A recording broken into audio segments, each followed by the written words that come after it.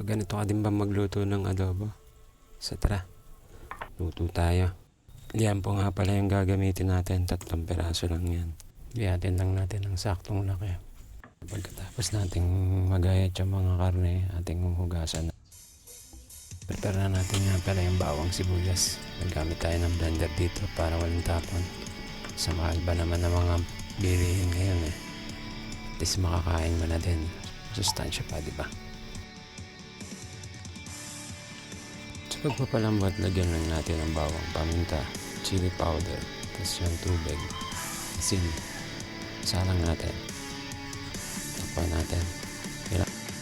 Check natin. Nagyan nga din pala natin ng laurel. So yan, blender natin itong bawang sibuyas. Diba? Pinang-pina. Walang tapon.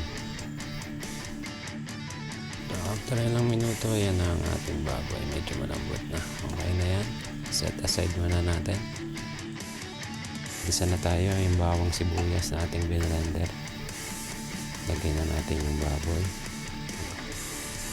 Isahin lang natin para lumasa yung ating mga aromatics. Sa ating takpan ng ilang minuto. So after ilang minutes, pwede na natin siyang lagyan ng toyo. Itong ating Mamacita's oyster sauce. So haluin lang natin.